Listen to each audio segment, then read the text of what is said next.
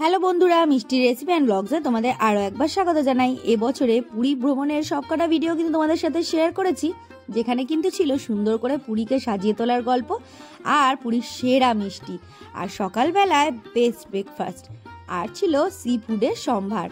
Best sea food কোথায় তোমরা পাবে আর বেস্ট উড়িয়া থালি তোমরা কোথায় পাবে, হেরিটেজ গ্রামের সন্ধান, আর সন্ধেবেলা চটপটা খাবার দাবার, আর ছিল রাত্রেবেলা চাইনিজের সম্ভার। এই সব কটাই ছিল আমার ভিডিওতে। যদি না দেখে থাকো অবশ্যই তোমরা ভিডিওগুলো দেখে নিও, আমি ডেসক্রিপশন বক্সে লিংক দিয়ে দেবো। আজকে হলো আমাদের পুরী ভ্রমণের লাস্ট ডে, আর এই ভিডিওতে কিন্তু তোমরা পাবে পুরীর সেরা গজার সন্ধান, আর ট্রেনে ফেরার সময় কি কি ঘটলো সেই সব কিছু কিন্তু তোমাদের সাথে শেয়ার করব এই ভিডিওতে, তাই ফুল ভিডিওটা কিন্তু অবশ্যই দেখো।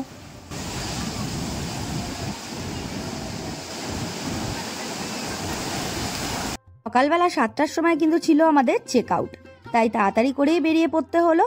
আর সকালবেলা খুবই খিদে পেয়ে গেছিল, তাই স্বর্গদ্বারের কাছে দেখলাম একটা দোকানে কিন্তু খুব ভালোই জলখাবার পাওয়া যাচ্ছিল। এখানে ছিল গরম গরম কচুরি, ইডলি, আর ছিল অনেক রকমের পকোড়া, আর আমার সবচেয়ে পছন্দের মেদুবড়া। মেদুবড়া কিন্তু ভুবনেশ্বরের সবচেয়ে বিখ্যাত, আর পুরীতেও মেদুবড়া পাওয়া যায়, তবে ভুবনেশ্বরের মতন অতটাও টেস্টি নয়, কিন্তু ভালোই লেগেছিল খেতে, তাই নিয়ে নিয়েছিলাম 1 প্লেট। এখানে কিন্তু মেদুবড়া একটু অন্যরকম ভাবে দেয়। এখানে দেখো একরকম ঘুগনির মতন করে দিয়ে তার উপরেই মেদুবড়াটা দেয়।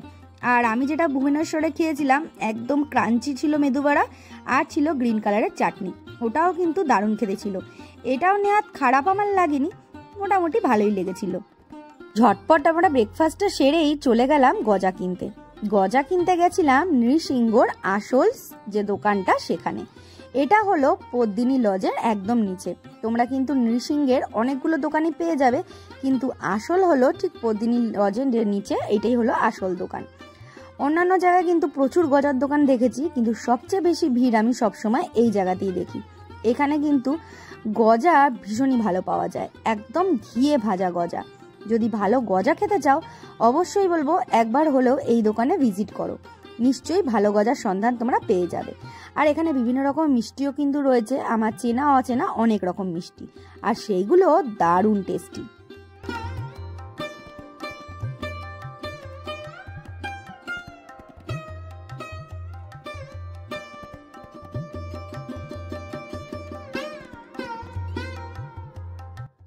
ওখানে অনেক রকম মিষ্টি ট্রাই করেছিলাম। এটা হলো ছানার পিঠা, আর ছিল এখানে ছানার মুড়কি, যেটা দারুণ টেস্টি ছিল, আর অথেন্টিক ছানা পোড়া। উফ, এটার তো কথাই হবে না, দুর্ধর্ষ খেতে ছিল।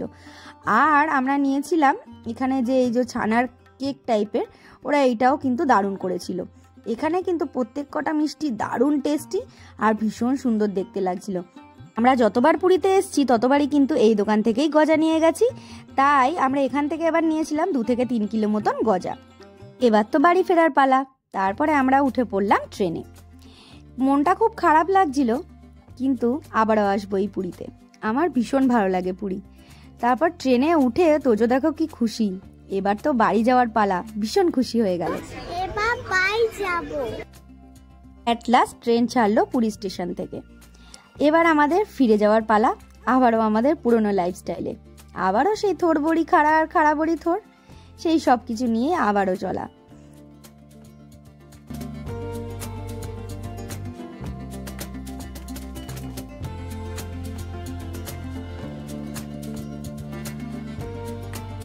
আমরা পুরী যাওয়ার সময় কিন্তু কম বেশি সবাই রাত্রেবেলায় ট্রেনটাই প্রেফার করি।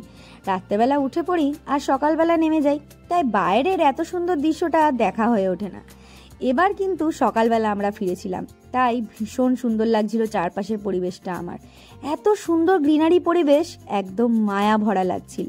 চারপাশ শুধু সবুজ আর সবুজ, আর ওই দূরে ছোট্ট পাহাড়, তার সামনে ছোট্ট একটা নদী, আর চারপাশে সবুজ ক্ষেত, ভীষণ সুন্দর দেখে। এক বিরল দৃশ্য মনে হলো।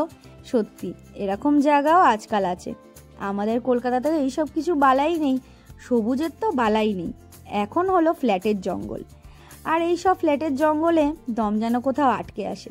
তাই তোজো দেখো এত সুন্দর পরিবেশগুলো দেখে হাঁ করে দেখছিল, আর বলছিল ওয়াও কি সুন্দর না মা।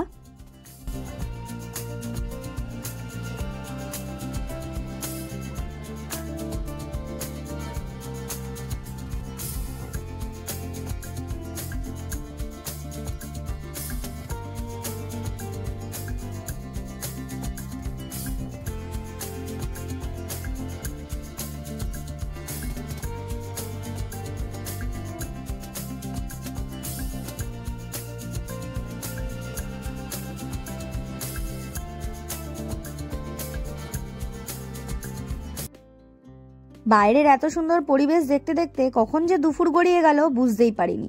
তাই ট্রেনেরই প্যান্ট্রি কার্ট থেকে আমরা নিয়ে নিয়েছিলাম স্পেশাল ভেজ থালি।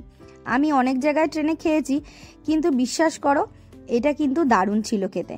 আর আমরা নিয়ে নিয়েছিলাম এখানে ভাত আর 2টো রুটি নিয়েছিলাম, আর এখানে ছিল পনিরের তরকারি, স্যালাড, ডাল আর ফুলকপি আলুর তরকারি মটরশুঁটি দিয়ে। খুব সুন্দর কিন্তু টেস্ট ছিল। তার সাথে দিয়েছিল একটা আচারের প্যাকেট আর ছিল মিষ্টিতে শনপাপড়ি।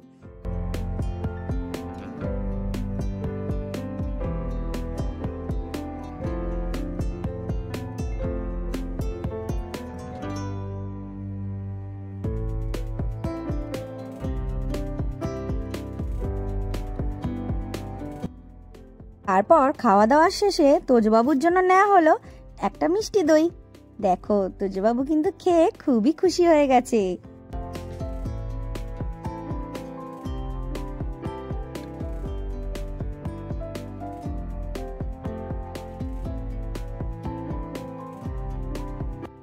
তোমরা আমার সাথে একমত হবে কিনা জানি না, কিন্তু ট্রেনে যাওয়ার সময় এমন অনেকই অচেনা মানুষের সাথে দেখা হয়ে যায় আমাদের, যাদের কিন্তু আমরা চাইলেও সারা জীবনে হয়তো ভুলতে পারি না। তাই এরকম এক মানুষের সাথে আমাদের দেখা হয়েছিল। আমাদের ট্রেনের ঠিক ব্যাক সিটেই ওনারাও বসেছিলেন আর তোজোকে অনেকক্ষণ ধরে দেখছিলেন। আর দেখে তারপর তোজোকে ডেকে সেই যে কথা বলা শুরু আর গল্প। তোজোকে অনেক গল্প বলল, আর তোজোও কিন্তু এক ফোঁটাও বোর ফিল করেনি। ও তো যেহেতু গল্প শুনতে ভীষণ ভালোবাসে, তাই খুব মন দিয়ে গল্পগুলো শুনছিল। তারপর ট্রেনে উপস্থিত হলো এক ম্যাজিশিয়ান, আর তার ম্যাজিকের ডালা নিয়ে আমাদের সামনে হাজির হলো। কত রকমের ম্যাজিক, তোজো তো দেখেই অবাক, কিন্তু তোজো ভারী এনজয় করেছে। তোমরাও দেখো, বিভিন্ন রকমের ম্যাজিক কিন্তু দেখাচ্ছিল, আমাদেরও দারুণ মজা লাগছিল। এনারা কিছু টাকার জন্য কিন্তু এরকম ট্রেনে ট্রেনে ম্যাজিক দেখান, তাই আমাদেরও উচিত এনাদের কিছু হলেও সাহায্য করা। আবার স্টিকটা আরেকটা দেখাচ্ছি, একটা রেড আরেকটা ব্লু, চেঞ্জ হচ্ছে, এটা গ্রিন কালার, আরেকটু দিলে আরেকটু। আচ্ছা clap clap clap clap clap.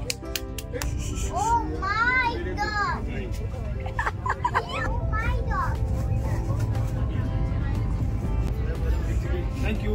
তোমরা ভালো লেগেছে তো? তুমিও খাবে না কিন্তু? হ্যাঁ, বাবু রেখে দিয়ে যাও। আমার এই ছোট্ট ভিডিওটা তোমাদের কেমন লাগলো আমাকে কিন্তু অবশ্যই কমেন্টে জানিও। আর যদি ভালো লেগে থাকে অনুরোধ রইল একটা লাইক করে দিও, আর বন্ধুদের সাথে কিন্তু অবশ্যই শেয়ার করে নিও। আর নতুন বন্ধুরা থাকলে অবশ্যই সাবস্ক্রাইব করে নিও। বেল আইকনটা কিন্তু অবশ্যই প্রেস করো, যাতে এরকম ভিডিও দিলে তোমরা আগে পেয়ে যাও। Thanks for watching.